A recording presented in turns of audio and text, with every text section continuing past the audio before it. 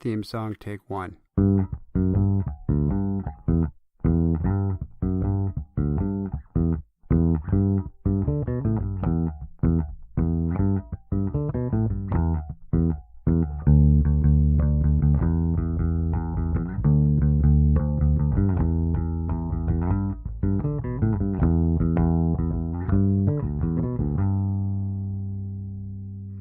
Hey there, everybody, and welcome to another episode of Dirty Talk with Rain DeGray.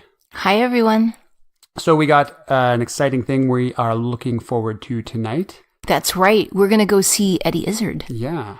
I am a huge fan of Eddie for a multitude of reasons.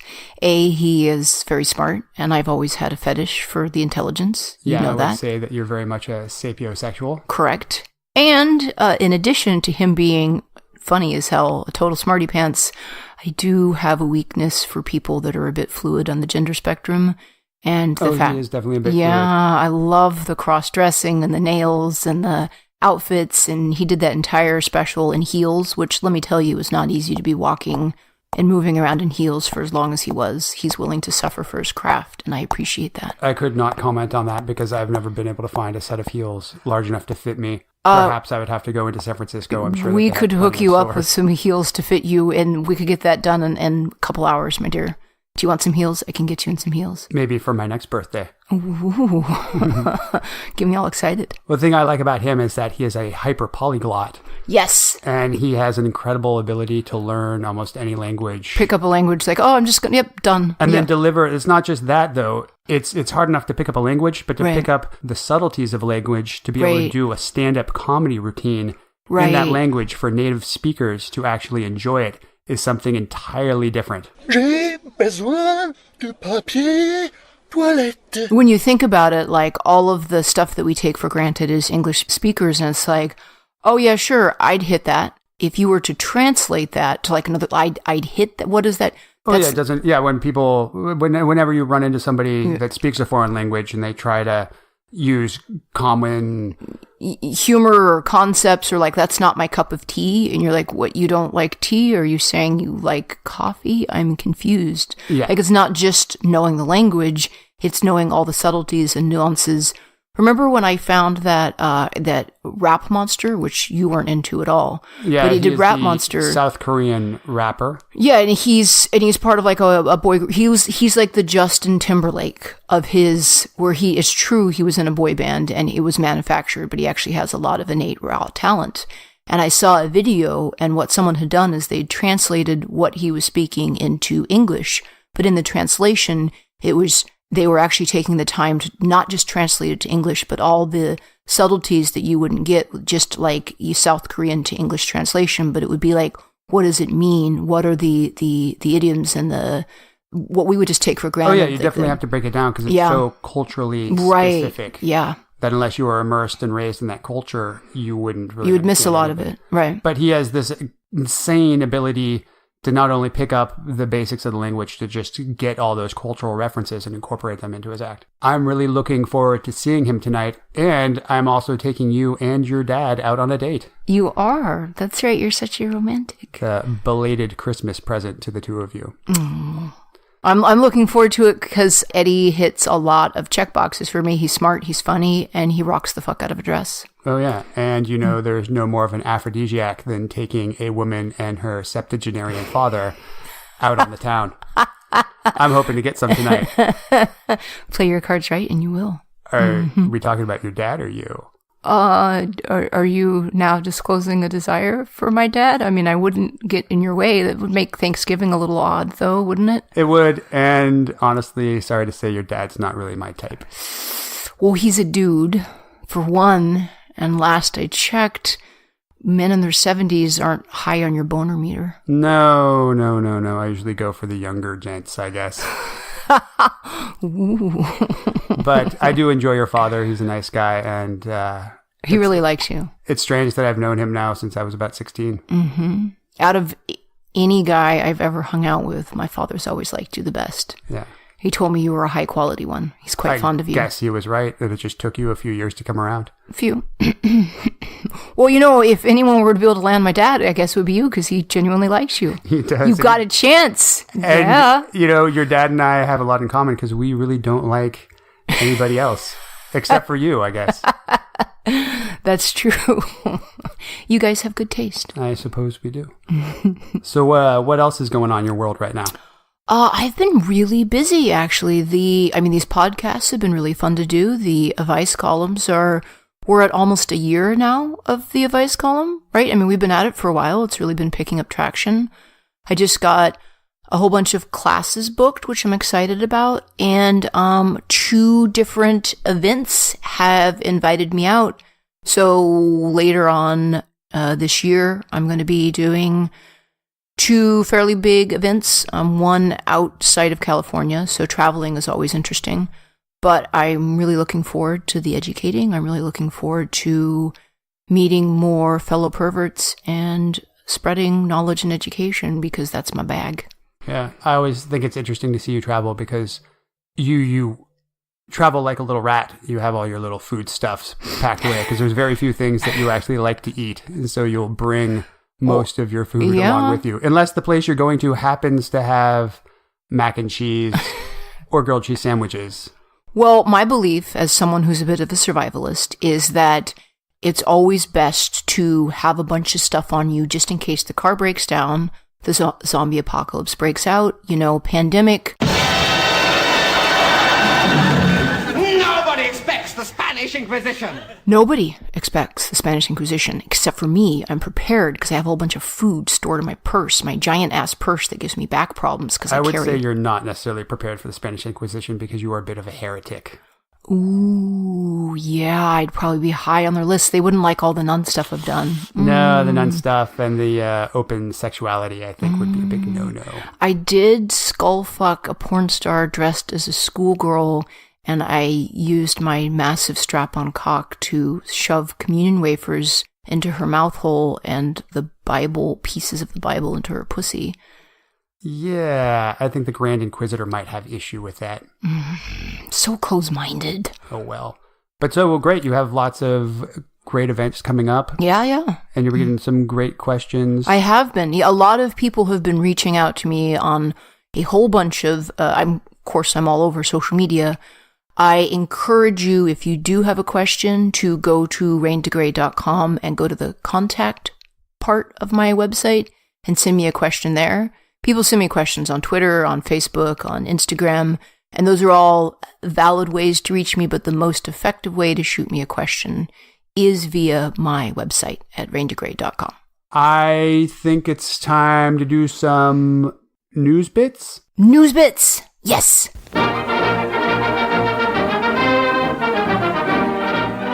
From around the world to your living room, this is News Bits.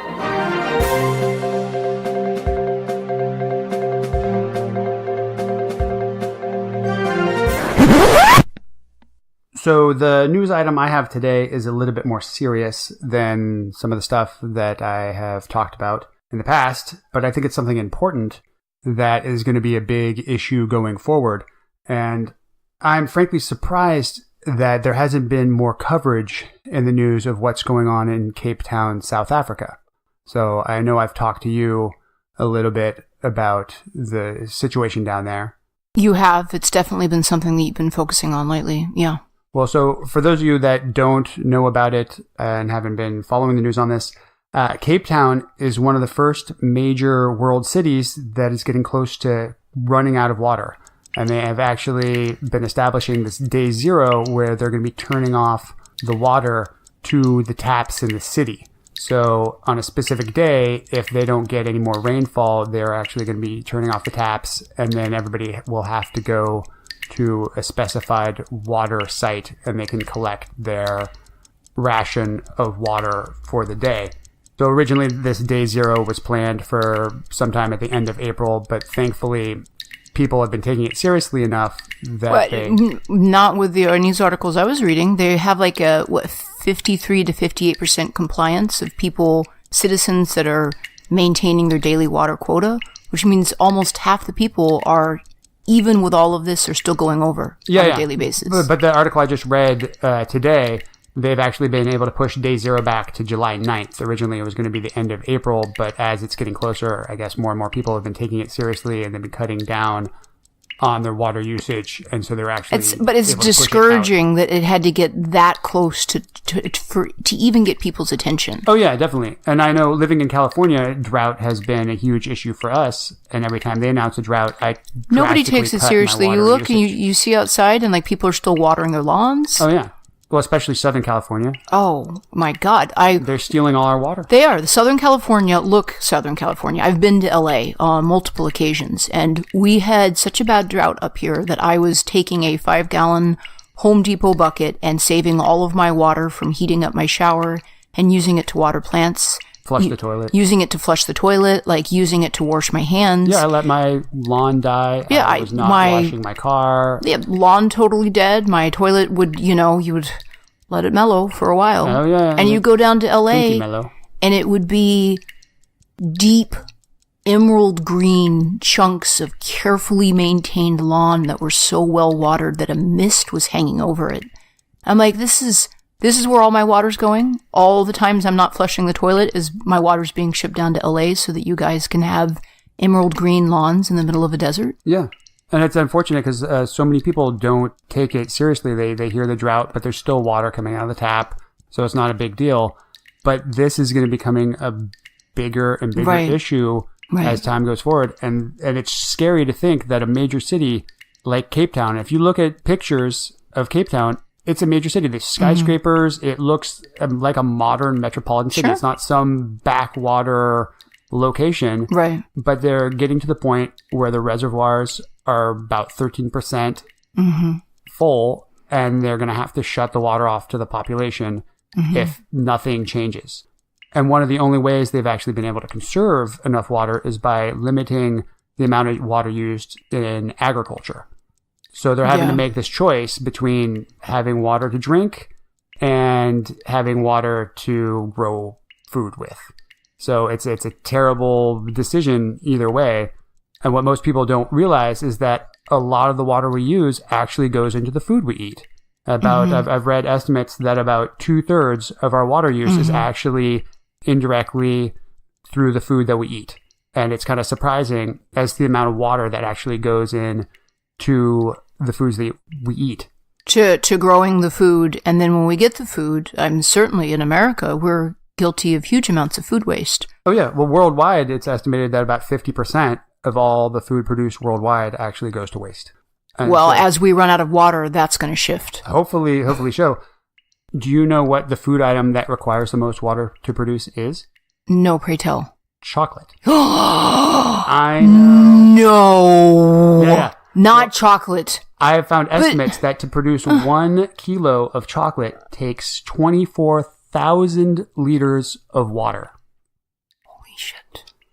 How much water have you used in your chocolate consumption?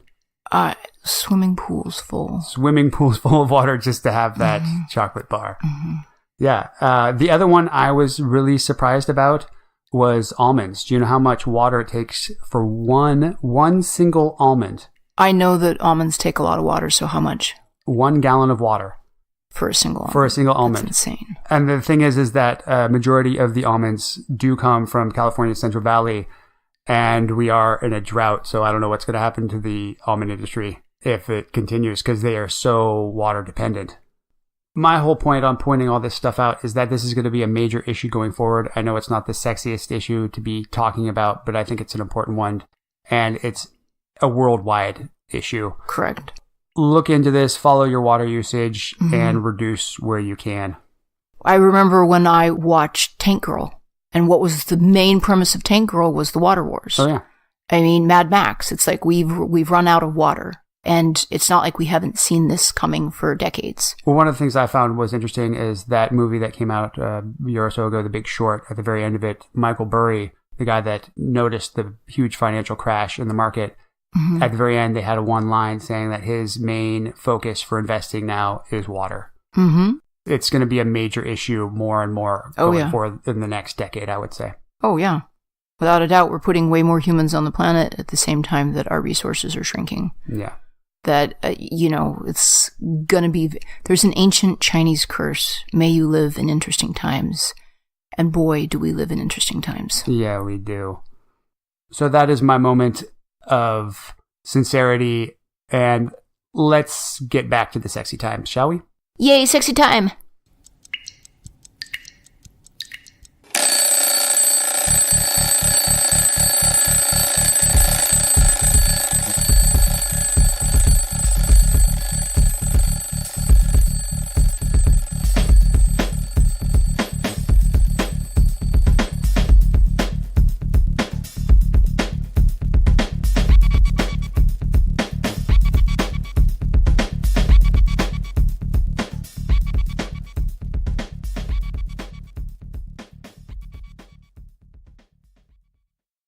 So what do you got for us?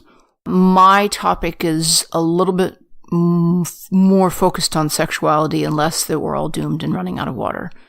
However, it is a topic that is very near and dear to my heart as a strong and independent woman who is fiercely determined to help other women become comfortable with their sexuality.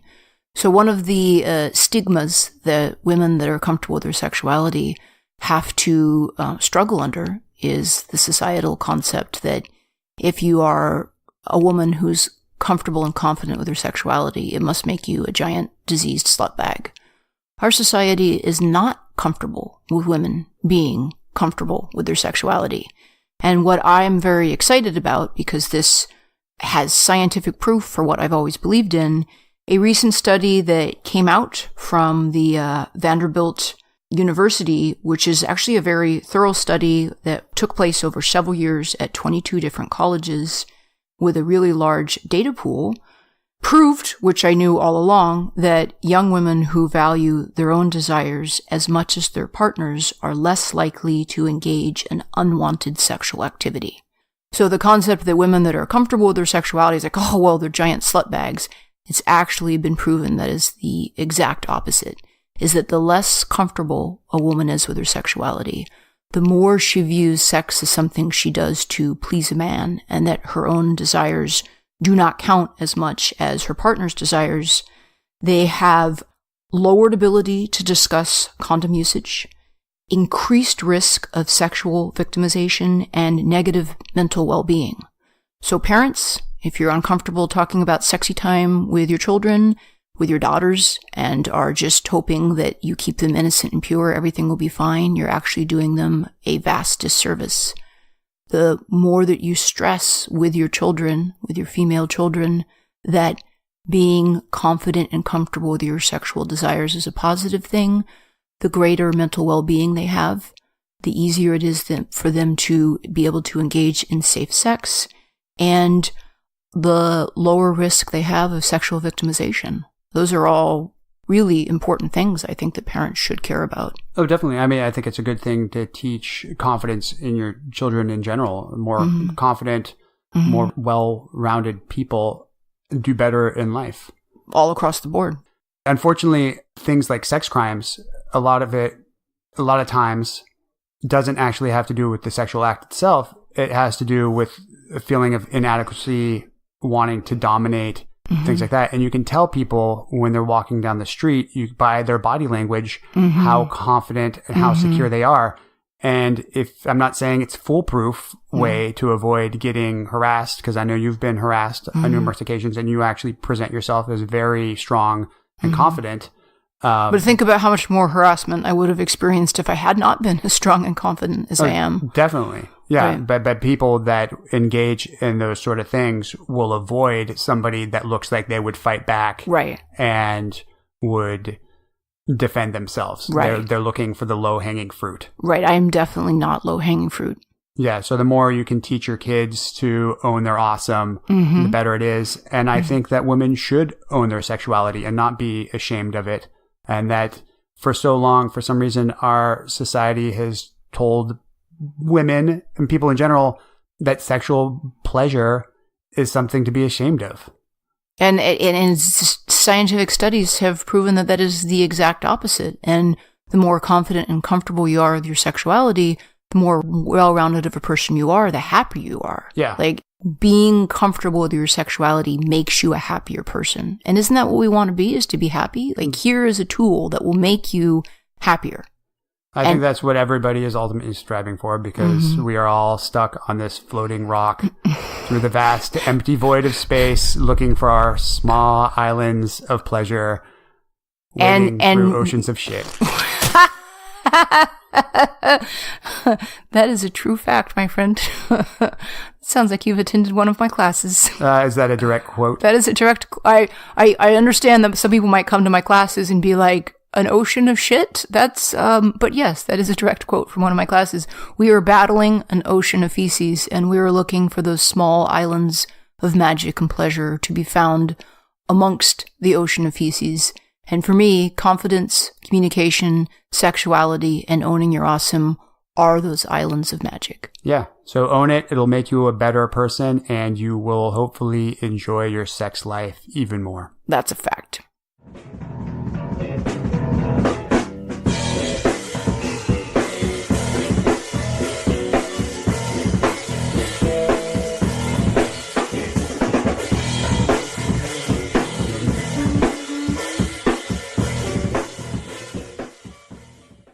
Like what I'm doing? Believe in me? Want to see more of it?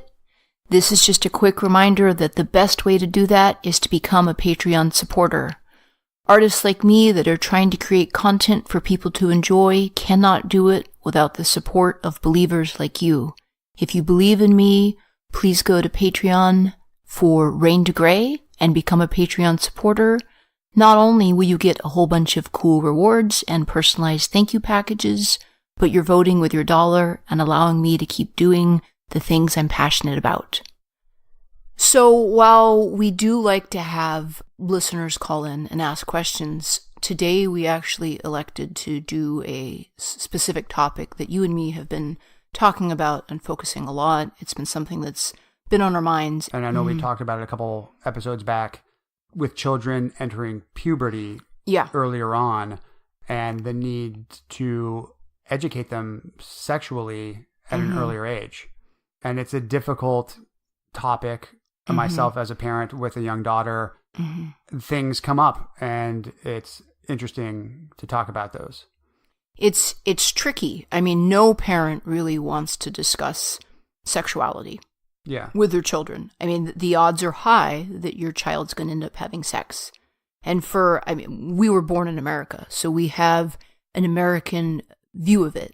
And certainly the feedback I get is that in other cultures and societies, they don't have quite so many hang-ups. America was founded by Puritans, and we bring so much deep inherited generation after generation baggage when it comes to sexuality, and it is honestly not doing our children any favors at all. In fact, it's doing them a significant disservice.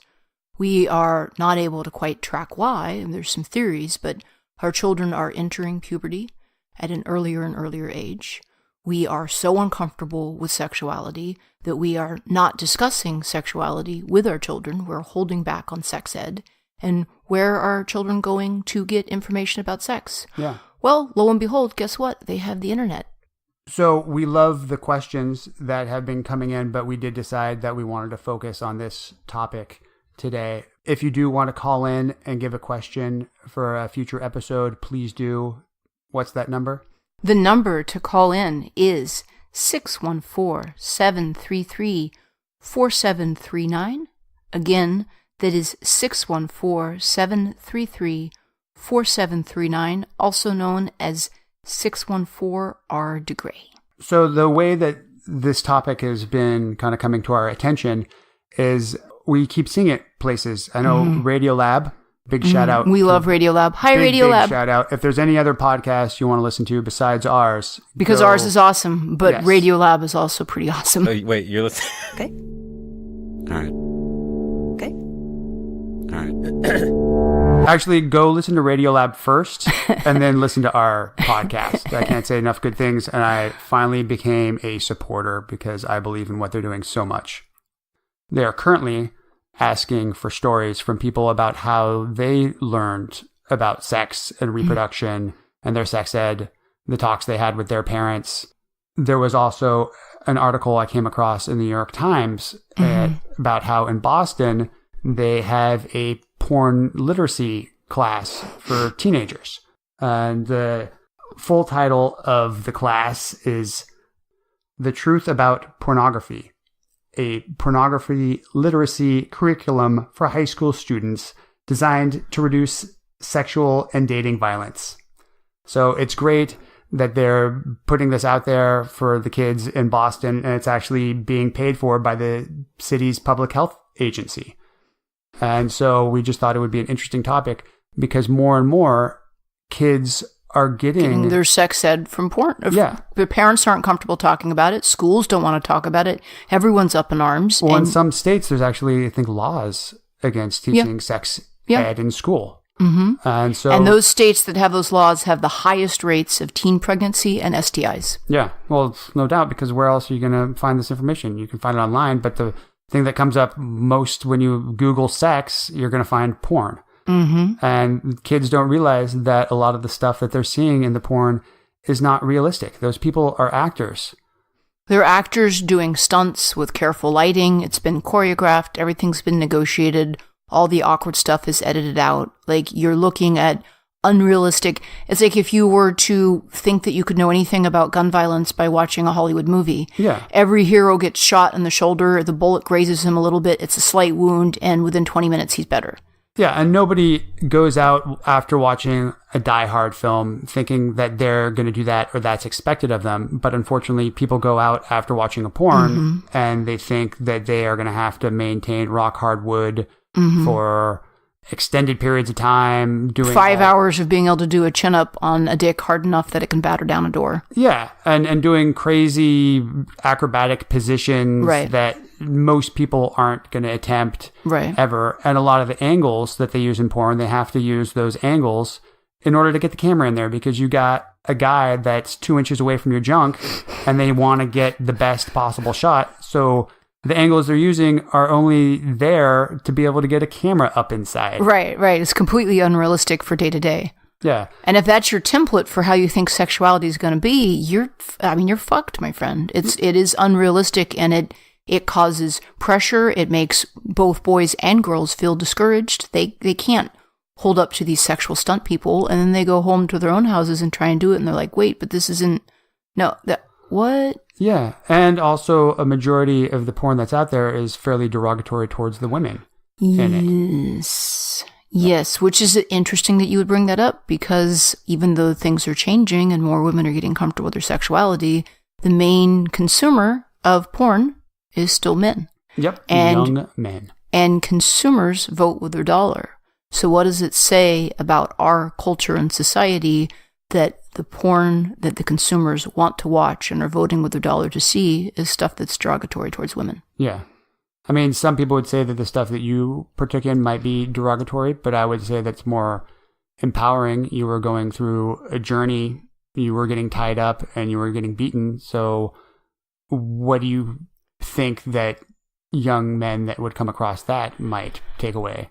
That's an interesting question, and I've been asked it before. And I have to tell you, as someone who specializes in kinky and fetish and fairly hardcore BDSM porn, I was not ever a vanilla, cheerful, well-lit gangbang in a plush, LA setting with nice, comfy couches. That wasn't my bag, because I was specifically doing activities and things that turned me on. One of the moral guidelines I gave myself when I entered the industry is to never do a shoot that I wasn't willing to do for free off camera. I refused to do something just for the money. And the truth is that just random penis and vagina porn didn't do that much for me. Yeah, it is a quandary that I have to acknowledge that not 100% of the men that chose to watch my porn, where I am tied up and getting violently beaten, had the healthiest relationship towards women.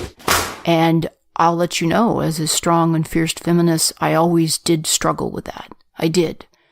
However, I was doing things that I really, really needed to do. And it's like when filmmakers are accused of inciting violence and they do, look how much shit, Oliver Stone got over Natural Born Killers. It's just kind of like serial killers. Yeah, glorifying serial killers. And it's like, as a feminist, I have always struggled with the fact that probably not every man that watched my work had a healthy attitude or relationship towards women. I was aware of that, and it's been an issue for me, but I couldn't stop doing something that was important to me that I needed to do for my own journey. And all I can hope is that the men that didn't like women, that chose to watch my stuff, would hopefully have that as a cathartic release and not do that on non-consenting women. Because the thing is, everything I did was 150% consensual and negotiated down to every word and movement. So what makes the stuff I do not abuse is consent. If you were to do that non-consensually to someone, that's where you go into abuse. Unfortunately, one of the things people don't see when they're looking at the porn is when they're watching the finished edited version of it, they don't see all the time that goes into setting everything up. The interview that takes place beforehand where you lay out. Here's the thing, is that the interview is in the beginning and the end. There's an entering interview and there's an exit interview. And the people that are going to watch porn for unhealthy reasons, they fast forward through the entrance and the exit. They don't give a shit about someone just standing there talking. So companies very specifically make a point of going over the limits, going over their consent, talking about it. It's all there. Yeah. It's discussed. It's just that the people aren't going to bother watching the entrance and exit interviews. Oh, yeah. And you are basically the star. Everything that is happening to you is something that you have negotiated beforehand. Correct. You have set your limits. If you have a limit, they respect that. They will not go past that limit. If a limit is accidentally violated, filming stops immediately. You are in complete power at all times. Yes. You can call it off at any time. You are actually the most powerful person in that room. Yeah. Mm-hmm. You're the one that's consenting to be there. You're the one saying, no, I'm not comfortable with this. Stop. And they comply immediately. Right. So it's not violence towards you. It's violence for you, I would say. True. Yeah. Right? You want that experience and they're providing that experience Correct. with you. Yeah. And it's the same thing in vanilla porn. The woman is the star there. If there's something the woman does not want done to her, they respect that and they will stop. Right. I know in a lot of porn, it's sexy to call women sluts and bitches and things like that, but they have consented to that. Every word that they say is consented beforehand. And if a woman has a word that she doesn't want used on her, you go through that in the intake interview. Yeah. It's like, you can call me a slut, but you can't call me a dumb slut. You can call me a stupid bitch, but you can't call me a whore. Like, it's negotiated down to every detail of what the word is. Yeah. And I think it's healthy in your everyday relationships to negotiate that as well. Before you go into a bedroom scene, what can you talk about? What's off limits? What am I comfortable with? I think it just as in porn, that should all be negotiated beforehand. So it's unfortunate that kids are getting their sex education through porn and they don't see this other side of it. And that's why I'm glad that there's these programs for porn literacy to teach younger kids that this is not reality. Right. It isn't. It isn't reality. It is a carefully manufactured fantasy. And I'm glad these programs are happening. At the same time, parents, you have a personal responsibility if you have a child to discuss sexuality. You are doing them no favors by withholding that information. It makes you feel uncomfortable. It's squicky. It's awkward. You don't want to do it. They're going to seek out the information. And if you don't do it, if you aren't part of that, then you're having them go online behind your back and seeing fantasy and thinking that's reality. You're doing your children such a disservice.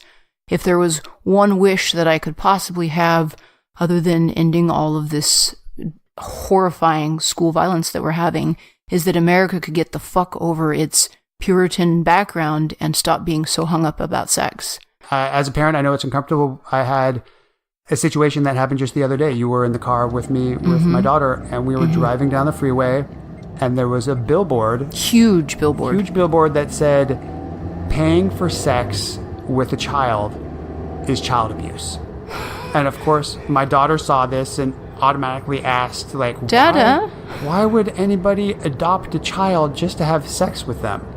And I was taken back because she has no real concept of sex yet. So in her mind, paying for sex with a child is, I guess, adopting the child. And she asked me, what would you do if you found out somebody in our neighborhood adopted a child to have sex with it? And of course, my answer would notify the authorities immediately. Right. But it comes up all the time. Kids are little sponges. They soak up everything that they see and hear around them, and they try to make sense about it. And if they don't have you to talk to about them, and if you're uncomfortable about it, then they're going to pick up on that. One of the ways I learned about what was appropriate, what wasn't, was by looking at the adult's reaction when I had questions about certain things. You could tell, oh, wow, that's a really naughty subject, because the adults would go pale and freeze they would a little get bit, uncomfortable, and stumble, get a little awkward. Yeah, that's definitely something I'm going to follow up on later. Right. But my other thought on this billboard was, who is their target market for this billboard? Who is these people that are out there that are comfortable for paying for sex with a minor, but draw the line at child abuse? Like, oh, you've raised my awareness to the point, like, I didn't realize I was abusing this child. I just was... I'm a pedophile and I pay to have sex with children. Oh my God, I saw this billboard. You've opened my eyes. I had no idea that what I was doing was abusing a child. I don't want to be a child abuser. So I think that the money spent on that billboard probably was missing their target market. If you're going to pay to have sex with a kid, I don't think the billboard's really going to change your mind. Yeah.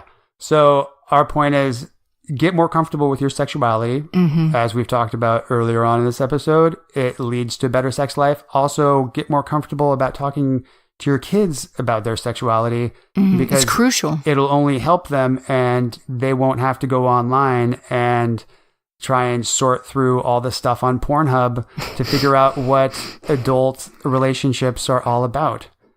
And believe me, you're not going to get a really viable concept of what adult relationships are like by sorting through Pornhub. No, definitely First off, you shouldn't be on Pornhub in the first place, because it's nothing but pirated and stolen material. Support your local porn artists. If you're on Pornhub watching porn, you're helping the industry die.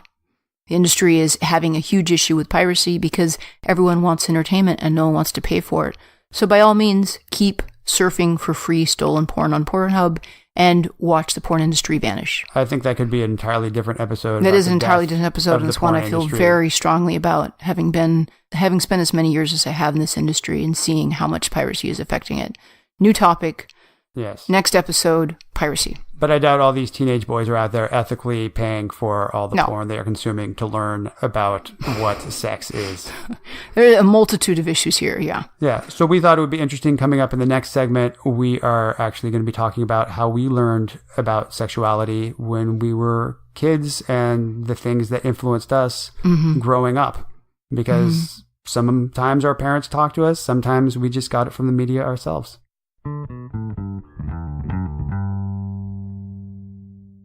I am just doing a quick reminder of all the various ways that you can keep track of me and my doings. I am plastered all over the internet. I can be found at my website, raindegrey.com. I can also be found on Twitter, Facebook, FetLife, and Instagram, all as Rain DeGrey. If you liked what you've seen or heard and you would like to check out more, don't forget to look me up on any of those various platforms, shoot me a message, send me a like, spread the love. So, Boo? Yes, Danny?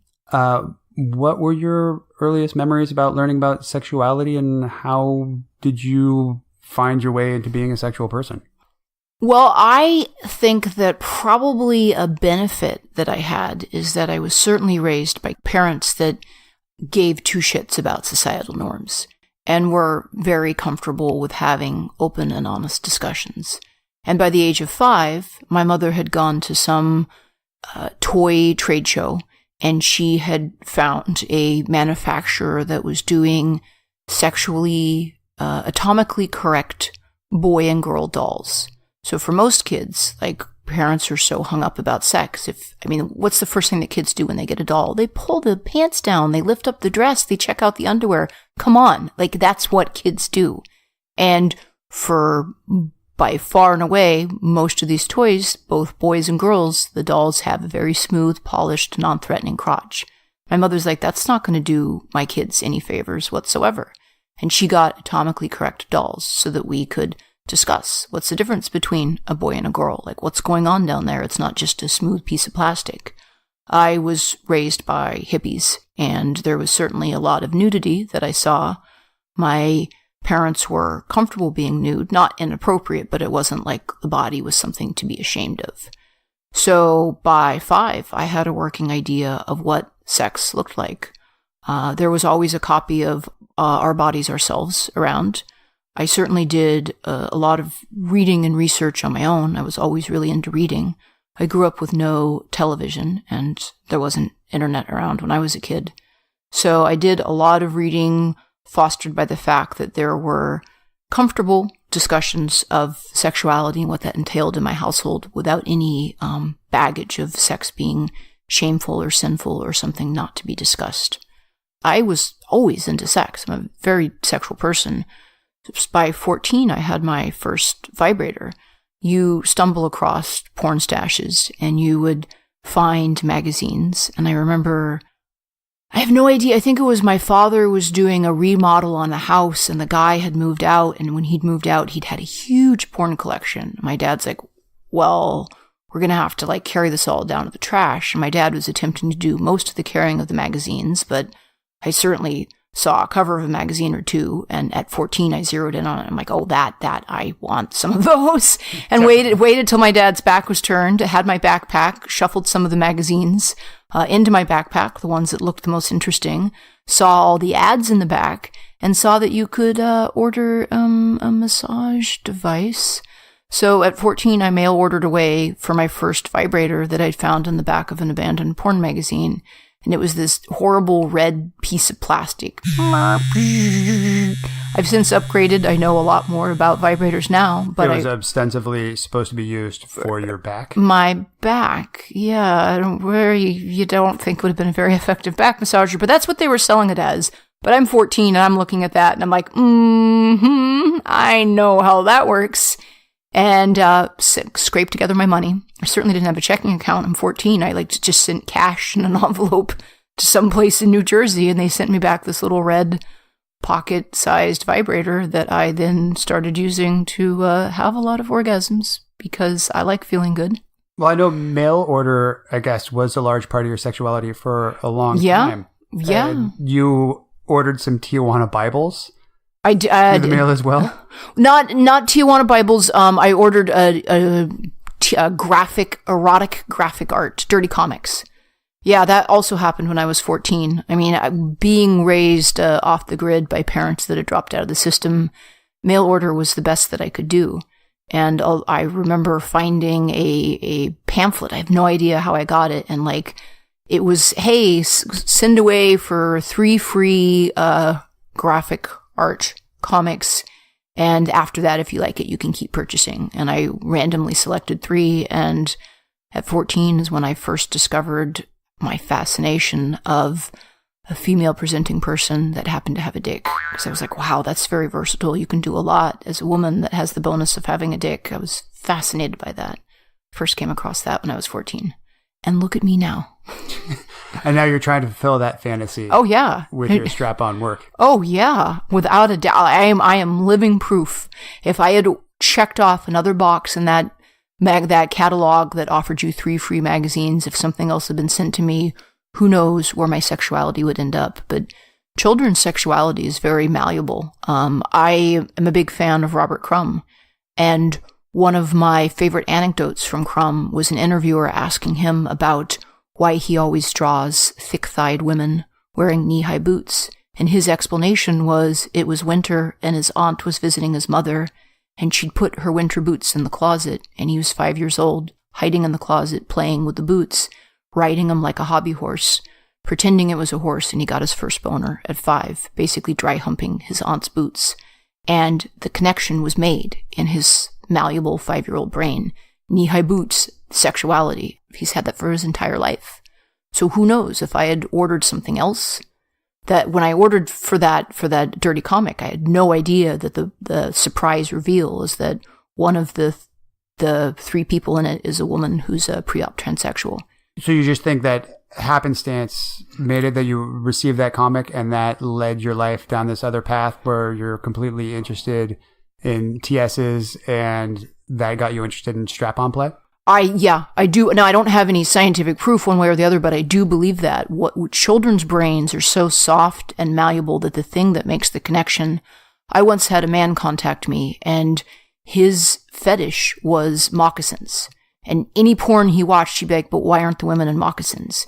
Any sort of photo of like a hot, provocative woman writhing around in lingerie, why isn't she in moccasins? And this might come across as a surprise to you, but as it turns out, there's not a lot of moccasin porn and moccasin pinup art, so he was reduced to contacting models, sending them moccasins and paying them to wear the moccasins and then send him photos because it was so hard for him to get his fetish met. And as far as I can tell, I'm theorizing he was probably a young kid watching a TV show. There was some sort of Western. There was like a hot, Indian woman that came across the screen. He had his first sexuality.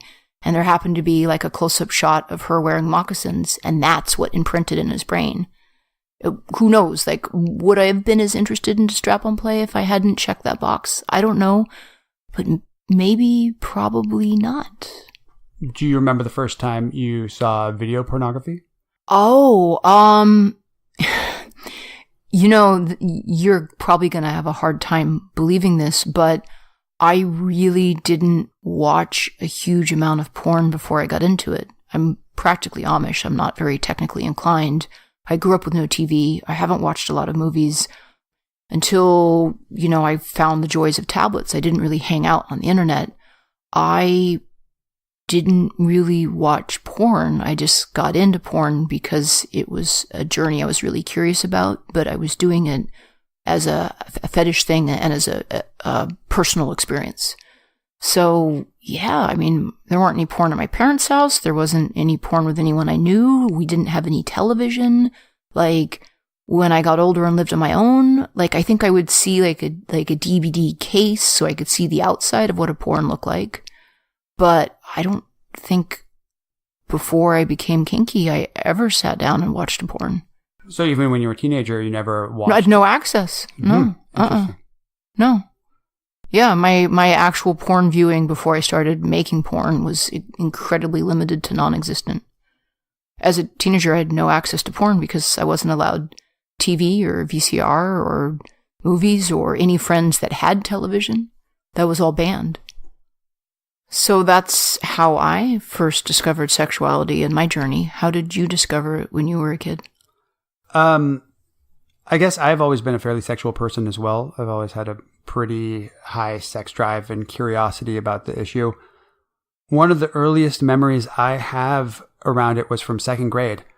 I remember some boy in my class saying the word blowjob. And of course, the teacher heard him. And it was in no way in any sort of sexual context. He had put on a whole ton of jackets. Everybody had given him their jackets. And he put it on, and he had 8 layers of jackets on. And he said, "Look at me, I've got such a heavy-duty blowjob." I guess maybe he was protected from the wind. But the teacher heard him say blowjob. And of course, her reaction made me realize that there was something there deeper going on. Because she's, "Do not say that word." Of course, I was going to a parochial school at the time that wasn't being taught by nuns, but everybody there was Catholic. My family wasn't. They just sent me there because I guess they wanted to send me to a religious school for some reason. So, of course, this word blowjob stuck out in my head. So when I got home, I asked my mom what a blowjob was. And she was always fairly progressive and open-minded. And she just said matter-of-factly to me, "Well, that's when a woman takes a man's penis in her mouth." Not that progressive. It could be a man that took another man's penis in his mouth. in her mind, that basically that's when a man puts his penis in a woman's mouth. Okay. Because I don't know if she had any other experience in that, but her answer was that. So, of course, to my young brain, and I was, 7, I guess, at the time, I just had this picture in my mind of a guy just nonchalantly just putting his penis in a woman's mouth and her closing his mouth on the penis and both of them just kind of standing there awkwardly like, "All right, now it's in." now what? Because in my mind, I had no concept of sexual pleasure or anything like that. So, of course, I was confused. Like, why? That seems silly. Why would anybody do that? Just stand there with a penis in your mouth? Or I guess squat there with a penis in your mouth? It just seemed fairly absurd to me. Of course, as I got older, women and girls got more and more interesting to me. And there were the friends that had older brothers that had magazines, and we would sneak the magazines and look at them and be really interested and kind of feel funny about what we were seeing in the magazines. And I remember one time in third grade, some friends of mine had told me they found a stash of old magazines out in the woods somewhere. I don't know if some homeless man had his stash out there. And they decided that it was wrong and that we should go destroy these dirty magazines. And we went out to the woods, and I felt terrible with this. They started tearing them up, and I was like, no, don't tear these up. These are gold. They're valuable. Yes, what are you doing? I'm third grade boy, and I want to look at this stuff. Don't destroy it. So I was traumatized by that. Did they destroy every magazine? They tore them up. I tried to save some, but they were adamant. We're like, oh, this is evil. We shouldn't be looking at this stuff. Wow. And it's terrible. Terrible. Aww. And we had, once in a while, we'd go to somebody's house and his grandpa had some bad old 70s porns on VHS. Right. And we would try and sneak watching a couple minutes of them. And we had no idea what was going on. And back then, we had the Playboy channel on TV, but of course it was scrambled. So my other introduction to sex was watching scrambled porn on cable, which I'm sure many people of my generation I think had that's that a nipple. Yeah, exactly. Is that an elbow or a knee? I don't know, but I'm feeling kind of funny. And it's kind of strange. And so I would sneak and watch scrambled porn anytime I could, because of course we only had one TV in the house, and it was in the living room right outside my parents' house. So I would, in the middle of the night, go and turn on the scrambled porn and try and, like, every once in a while there's like a flicker of clarity and you can see something. You see like a fully nude woman or something.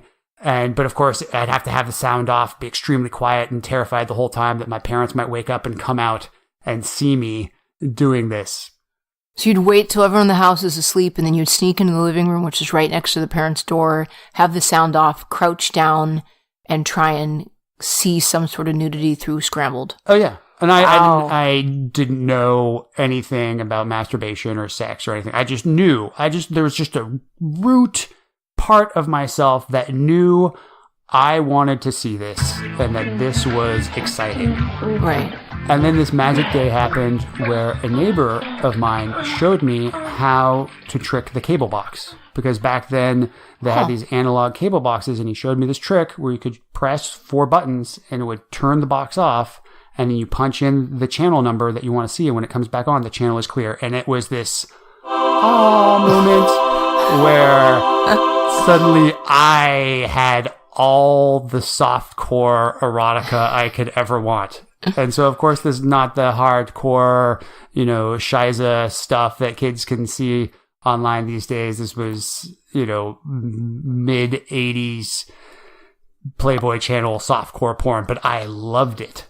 A lot of soft focus and lingering glances. Oh, yeah. And I couldn't get enough of it. Anytime I had the house to myself, I would go and turn it on and listen for any movement coming, anybody coming into the house. Late nights, I would go and watch it with the sound off and, tense and everything like that. But I loved it. But the thing is, I didn't know about masturbation. I would sit there with my little erection and just watch it and feel very tense and anxious and be like, I have no idea about any of this. And actually, during the 89 earthquake, I was there watching stolen Playboy cable porn when the earthquake started happening, because I was at my house by myself, sitting there And the earthquake started happening, and I freaked out and panicked and Right. ran out into the street and had no idea. So that's my memory. I know everybody that lived in the Bay Area at that time remembers where they were I remember. when the earthquake happened. And that's where I was. I was watching stolen Playboy Channel porn during the earthquake. Not the World Series. No, I wasn't one of those boys. So those, I guess, are, how I kind of became aware of sexuality. The other thing which was interesting is that my mom was fairly progressive, and at the age of 12, I asked her if I could have a subscription to Playboy, and she agreed to it, because you get those Publishers Clearinghouse mailers and stuff, and I saw that one of the magazines they were offering was Playboy, and I asked her, and she said, sure, why not? I guess boy of your age could get it. And it was great, because here I had all this masturbation fodder. There's amazing articles in Playboy. Oh, no, and I did. I read some of the articles. I really liked the writing in Playboy. I also learned a lot about human sexuality from the jokes as well. And some of the jokes weren't so great. But I did. I read articles. Some of my favorite writers I found because they had stories. Vonnegut, John Updike, they all had stories in Playboy. And I read these short stories, and I read some of the interviews with people, so I was kind of informed as to what was going on in the world as well. But I thought that was great of my mom that at this age, this young developmental age, I had this magazine coming to my house every month, and it kind of gave me this peek into the adult world. And it not only educated me about the world, but kind of sexuality. And I think it was good that it wasn't hardcore, crazy stuff that you would see out there. It was the more tame things. I would say that was pretty much my introduction to sexuality. I know we had sex ed in school, but I honestly don't remember anything that was talked about. I think the only thing that stands out in my mind was watching the teacher put a condom on a banana. That's, I think, what most people remember. Yeah, and be like, okay, before you eat your banana, always remember to wear protection. So that's basically, and I think the from what you've told me is the only sex ed advice your dad gave you was don't get pregnant. Yeah. My father was a fairly hands-off parent. He just kind of believed that children would end up raising themselves in the way that best worked for them. And I was a young rapscallion running around, 16, 17. I didn't have a car, but I had access to a bike and a lot of enthusiasm and energy. And at one point I was biking off somewhere, and he just looked at me and he said the only thing he could ever say, which was, don't get pregnant. And I was like, don't worry, I won't. And I never did. Yeah. Never did. Kudos to you. But yeah, that's all I remember from the sex ed class from school is the condom on the banana and basically their take on don't get pregnant. Mm-hmm. Not much about STD. They mentioned STD some, but yeah, the only real young sexual experiences that stand out in my mind were just the pornography that I would stumble upon as a young child growing up. And it seemed fairly easy to find it back then. Not as easy as it is now. No, it's way easier now. It's always been easy. If you look about it, we have basically porn that the Egyptians were making 200 years ago, as long as we could, 2,000 years ago. As long as we could draw something, we were doing porn within... the very first it was drawings where it immediately goes to porn. If the second a camera was invented, they were doing porn. Oh, yeah. Spreading it around. Mm-hmm. I couldn't imagine being a kinky person back in the 30s and 40s and trying to find... It was hard. Letter writing to get your... They did a little letter writing. They would order stuff through the mail. It was way harder to get the information. Yeah. Yeah. Well, hopefully our society is progressing more and more and becoming more comfortable with our sexuality, and the next generation will be able to have their questions answered. And so... with more ease than what we have now. Yeah. That's why we wanted to talk about this. If you're a parent out there, talk to your kids about it when it comes up. Don't get awkward about it. Know that they're going to find this stuff online. They're going to find it anyway. They should be finding it in as healthful and educated and least amount of stigma as you can possibly offer. Oh yeah, definitely. Don't shame them for it. Don't punish them for it, because it's natural. We all have this curiosity about it. And if we didn't, we wouldn't be here as a population if we had no curiosity in sex. The human race would die off So I think the innate. amount of people we have on this planet is living testimony to just how much we all like fucking. Here. Well, that is a wrap for this episode. Yeah, thanks for joining us. I hope that we can foster some dialogue about this. Mm-hmm. And it would be interesting to hear other people's first experiences coming across this stuff. If they're still doing it, check out Radiolab. You can submit your story to them. By the time you're listening to this, that might be closed. But if not, go listen to Radiolab. Go listen to Radiolab, and it's, I think the core of everything that I believe in is communication. The more you talk about things, the more comfortable you are talking about things, honestly, the easier life is. Yeah. I'm all about avoiding chafing, and communication is the lube that helps prevent chafing. Yep. So that's all for our communication. For now, we will communicate with you next time. Roger, over and out.